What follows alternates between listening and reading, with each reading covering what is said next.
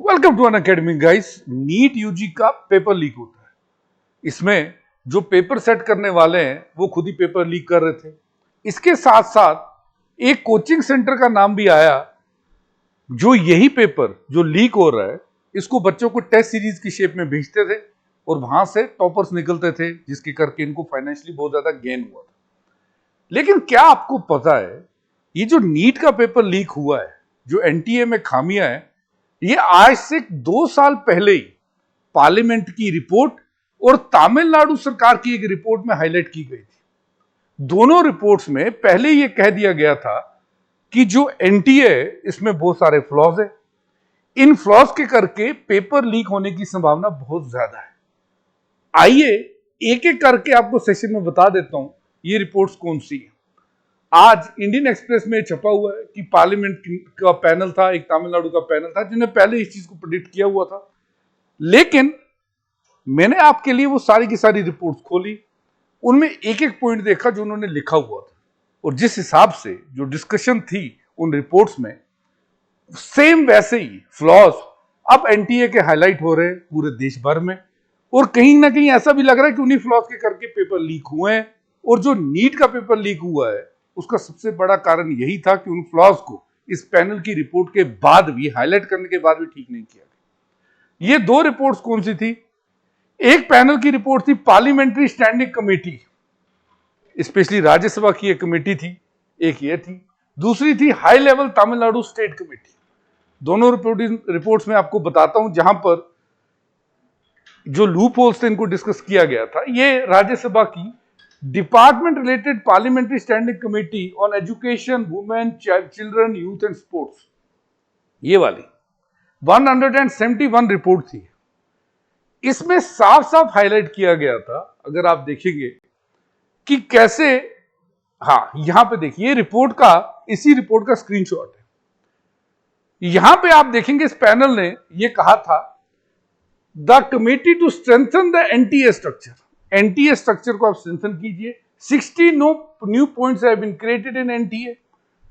उन्होंने कहा था कि आप स्ट्रेंथन करिए। 16 पोस्ट क्रिएट की गई थी, मैंने आपको बताया था कि 3 ही फिल हुई थी, बाकी अभी भी वैकेंट है।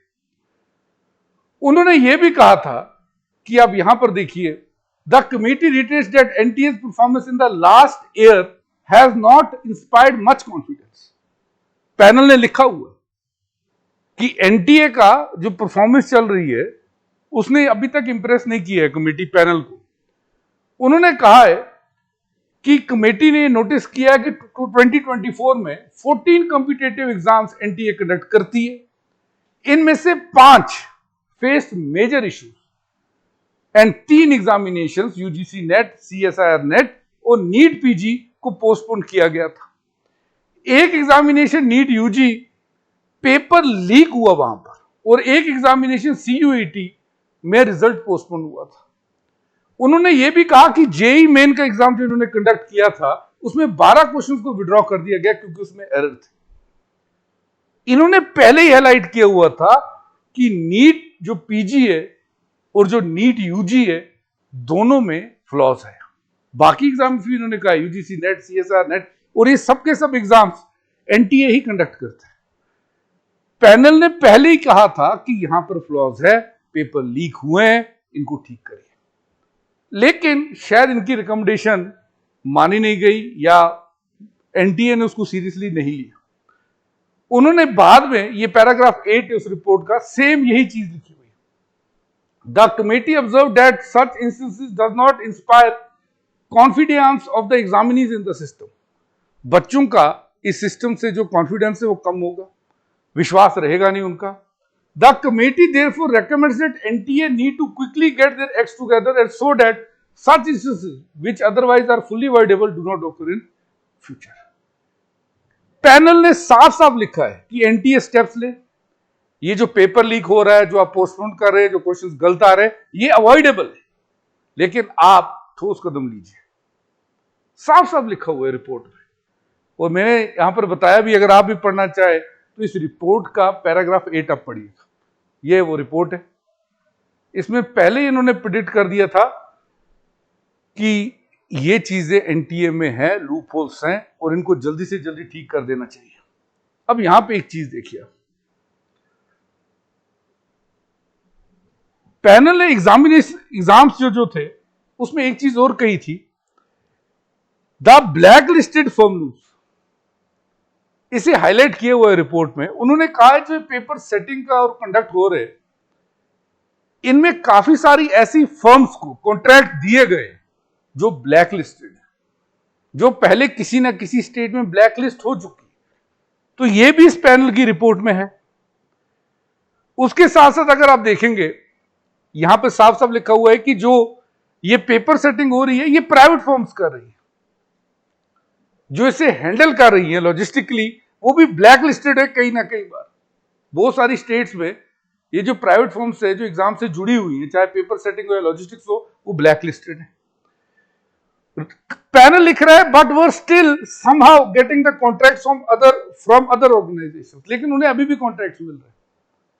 ये आप देखेंगे अगर तो पार्लियामेंट्री पैनल कह रहा है, उन्होंने कहा है कि एक नेशनल वाइड ब्लैकलिस्ट है इन कंपनियों का, लेकिन ये अभी भी आप देखेंगे एग्जाम कंडक्ट कर रही है। और यही तो आज हम फेस कर रहे हैं, जो प्रोफेसर पकड़े गए हैं और जो सब लॉजिस्टिक्स के टाइम पे, पेपर सेटिंग के टाइम से लेकर बाहर आने तक जब ये पेपर लीक हुआ है, वो यही तो हाईलाइट कर चुके हैं। इन्होंने एनटीए का सुझाव देखिएगा क्या दिया था, कहा था कि आपने 3512 करोड़ 3500 करोड़ के करीब आपने इन एग्जामिनेशन से, एग्जामिनेशन फीस के नाम पे बच्चों से कमाया है। पैनल लिख रहा है आपने 3000 करोड़ के करीब स्पेंड किया हुआ है एग्जामिनेशन कंडक्ट करने में। आप अभी भी 448 करोड़ सरप्लस है, 450 करोड़ के करीब एनटीए सरप्लस पे। इन्होंने कहा था कि आप ये पैसा जो है ना, आप स्ट्रेंथनिंग के लिए, एनटीए की स्ट्रेंथनिंग के लिए, पूरे सिस्टम को फूल प्रूफ बनाने के लिए खर्च कीजिए। और यकीन मानिए ये रिकमेंडेशन मानी नहीं गई, तभी तो पेपर लीक हो रहा है। क्लियर? ये देखिएगा साफ साफ रिपोर्ट में जो लिखा था वो मैंने आपके सामने लाया। अभी तक एनटीए ने खुद को स्ट्रेंथन नहीं किया इस पैसे से, अभी भी आउटसोर्सिंग ही हो रही है। तो पैनल की एक बड़ी रिपोर्ट को, रिकमेंडेशन को माना नहीं गया।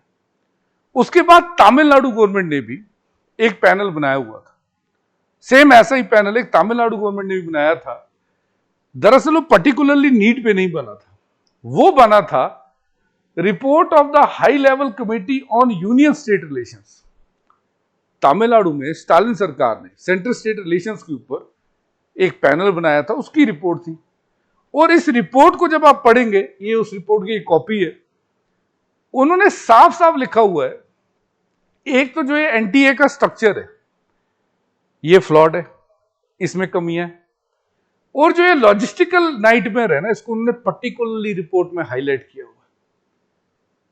यहां पे देखिएगा कि एनटीए कंडक्ट कर रहा है एग्जाम्स करोड़ों बच्चों के लिए, लेकिन ये आउटसोर्सिंग करता है, ये प्राइवेट फर्म्स के ऊपर डिपेंडेंट है, खुद नहीं कुछ कर रहा है। इन्होंने कहा था कि एनटीए में जस्ट 22 डेप्यूटेशनिस्ट है, 38 कॉन्ट्रैक्ट स्टाफ है, 138 आउटसोर्स वर्कर्स है।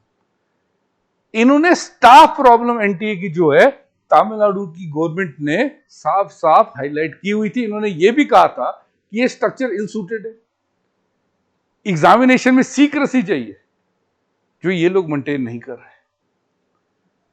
इन्होंने यह भी कहा था, अगर आप देखेंगे जो टर्म इन्होंने यूज की थी, classic single point failure risk, क्योंकि आपका क्वेश्चन पेपर प्रिंट होना, डेटा हैंडलिंग, सर्वेलांस, सब कुछ प्राइवेट कॉन्ट्रैक्टर्स के हाथ में, जबकि होना चाहिए सब कुछ गवर्नमेंट के पास, जैसे चाइना में होता है। अगर हम चाइना के साथ खुद को कंपेयर करते हैं तो चाइना की ये बातें भी देखनी चाहिए। तो दो कमेटीज ने, दो पैनल्स ने पब्लिक डोमेन में रिपोर्ट देकर पहले ये चीजें हाईलाइट कर दी थी। आप सोचिए, लेकिन ना तो हमारी मीडिया ने इसको सीरियसली लिया और ना तो हमारी खुद की गवर्नमेंट ने, एनटीए ने इस रिपोर्ट को सीरियसली लिया, अपने फ्लॉज को ठीक किया। आपका इस विषय के बारे में क्या कहना है, मेरे को कमेंट सेक्शन में जरूर बताइएगा। Thanks for watching this video. Let's get it.